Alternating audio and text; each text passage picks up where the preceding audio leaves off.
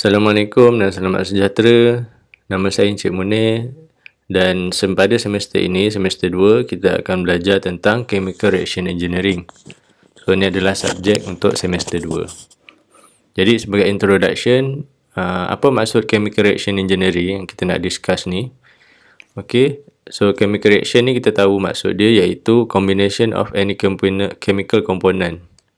So, kalau kita nak buat chemical reaction, dia mesti ada bahan mentah kan. So, bahan mentah dia kat sini, yang paling mudah adalah combustion of hydrogen dengan oksigen. So, hydrogen campur oksigen, kita dapat molekul water. So, apa yang melibatkan chemical reaction ni, kita kena biasa ataupun kita kena ingat lah. So, kat sini kita nampak ada simbol 2 ni kan. So, 2 ni adalah mole balance. So, kita kena mahir mole balance. So, selepas mole balance, kita mesti tahu kira mole. Okay. Kemudian, apa lagi yang melibatkan mole ni? So, kita kena mahir calculate dia punya mass. So, mass kat sini gram. So, dia akan interchange lah. Kalau kita ada mass, kita boleh kira mole. Kemudian, daripada satu tempat ni, katalah kita tahu mole H2O ni, kita boleh buat molar ratio. Okay, satu lagi. Molar ratio. Katalah kat sini dia punya mole ni adalah 2. So macam mana kita nak kira mole untuk oksigen? So 2 ni sebah 1. So kalau sini 2 mole, semaknanya ni 1 mole. Sebab kat sini ada 1 oksigen, kat sini ada 2 H2O. So molar ratio ni kita kena biasa ingat. So untuk mudahkan kerja kita akan gunakan simbol macam ni. H2 dengan O2 ni kita boleh ganti dengan A dengan B. Kemudian H2O kita boleh ganti dengan simbol C. Okay, untuk engineering punya term, engineering maksudnya yang paling mudah adalah proses untuk design, building ataupun manufacturing satu produk from start to finish. Contoh kat sini saya tulis, mula-mula sebelum kita buat reaktor ataupun kita nak buat satu kilang kimia, so kita kena tahulah reaction apa yang sesuai. So, ada reaction yang hasil kita boleh hasilkan pada suhu yang tinggi, suhu yang sederhana dan rendah, contoh. So, kita kena pilih reaction. So, daripada reaction tu baru kita boleh pilih reaktor yang sesuai. So, reaktor ada banyak jenis lah, nanti kita akan discuss. Kita ada batch reaktor, kemudian kita ada CSTR, kemudian kita ada PFR. Okay, nanti kita akan discuss dalam part kedua, chapter 1. Okay, so dekat industri, at least mesti ada 3 tangki yang utama lah. Okay, sebab kita nak hasilkan bahan kimia kan, kita kena ada bahan mentah. So, satu tangki mungkin untuk bahan mentah. Okay, kemudian untuk reaction, dia kena ada satu tangki berbeza. Kemudian bila dah siap, dia kena keluarkan dan simpan di satu tangki yang lain, iaitu tangki produk. Okay, so tu antara elemen yang penting lah. So, chemical industry yang ada dekat luar ni ada banyak. Contohnya dekat sini Dow Chemical, DuPont, Colgate, Palmolive. Dan semua chemical industry ni dia jatuh dalam kategori ni. Chemical Process Industry. So, kalau kita nak search company-company yang ada proses, so kita akan guna keyword ni. Okay, kemudian setiap proses ni, tujuan kita nak buat chemical process sebab kita nak untung kan. Kita nak jual chemical kita. So, untuk jual chemical kita, so kita kena pastikan produk kita hasilkan tu berkualiti lah.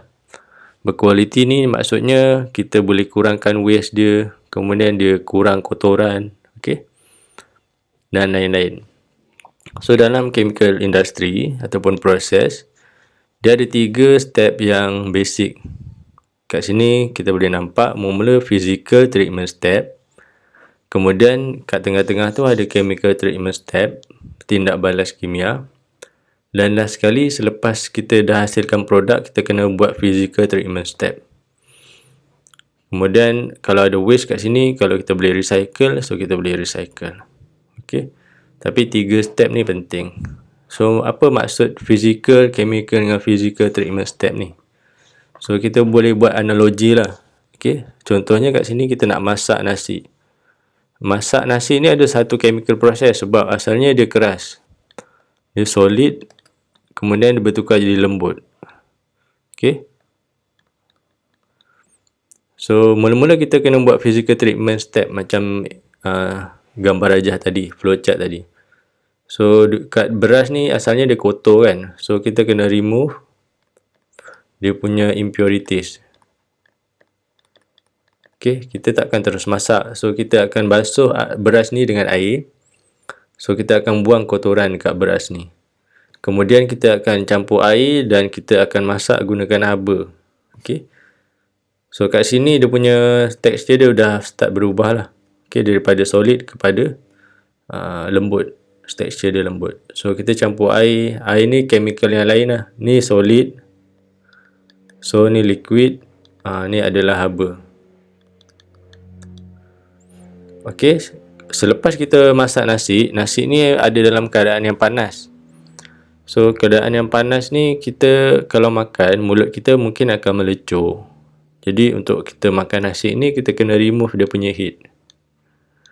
Ataupun kita cool down kan dia.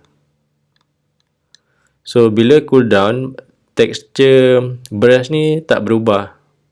So, yang berubah adalah physical state dia. Daripada hot kepada cold. So, ni adalah physical treatment. Physical treatment ni luaran lah, external. Okay, kalau macam kita make up muka kita, tu adalah physical treatment lah. Tapi kalau kita makan dengan sihat, okay, kita bersenam, maknanya daripada dalam badan kita sihat, itu adalah chemical punya treatment. Contoh. So, contoh kedua yang ini ada melibatkan chemical. So, kita nak bakar hydrogen gas. Hydrogen gas ni tindak balas dia H2 campur O2 jadi H2O. So, H2 ni kalau kita nak letak dalam kereta, kita kena letak dalam bentuk liquid lah. Okay, sebab kita nak jimatkan ruang.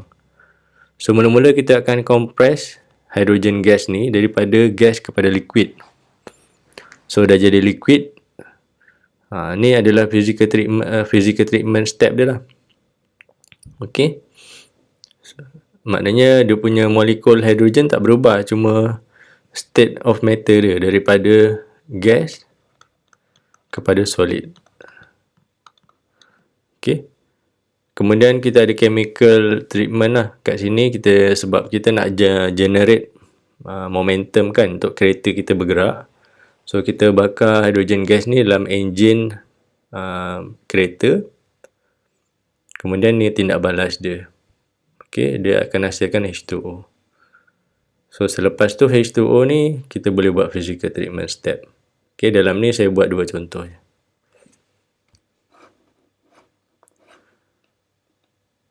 Kemudian, classification of chemical reaction. So, kita belajar secara basic lah bab 1 ni. Chemical reaction ni ada beberapa jenis. Satu, homogeneous dengan heterogeneous. Homogeneous dan heterogeneous ni adalah fasa tindak balas tu. Kalau chemical tu, satu liquid, satu lagi solid. Maknanya dua state yang berbeza kan. So, kalau dua state yang berbeza, dia adalah heterogeneous.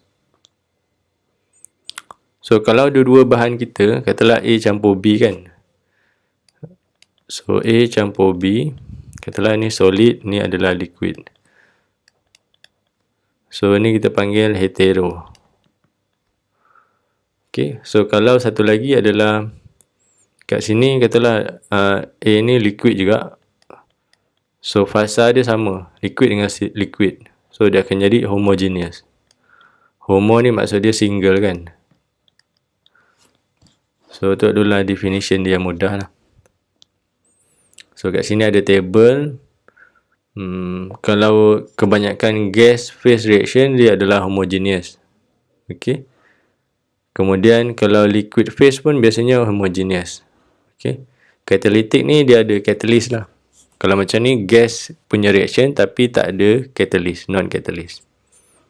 So, kalau heterogeneous macam kita nak bakar arang. Arang kan dia bakar satu ketul kayu kan. Kayu tu ada arang.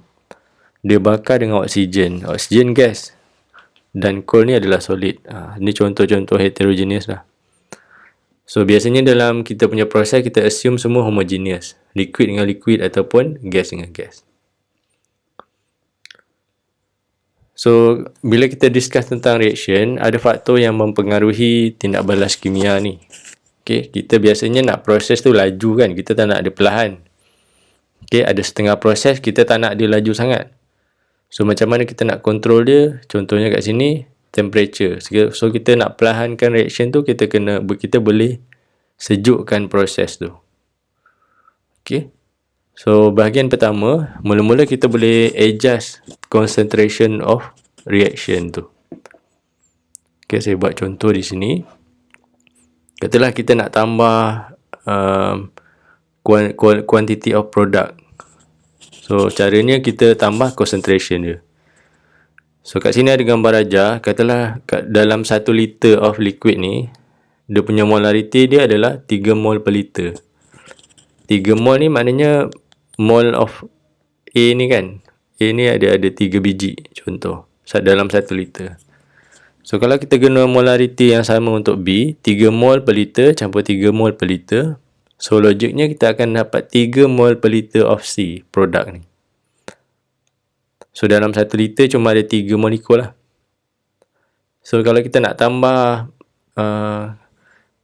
quantity of product ni, kita boleh tambah dia punya concentration dia. So kalau kita naikkan daripada 3 ni pergi 5, so automatic produk ni dia akan jadi 5. So kita boleh dapat lagi banyak produk lah. Okay. Tapi kita tak ubah kuantiti dia. Kita tak ubah volume dia 1 liter. Kita cuma ubah molarity saja. So kita increase. So bila kita increase, so dia punya produk dia akan increase juga.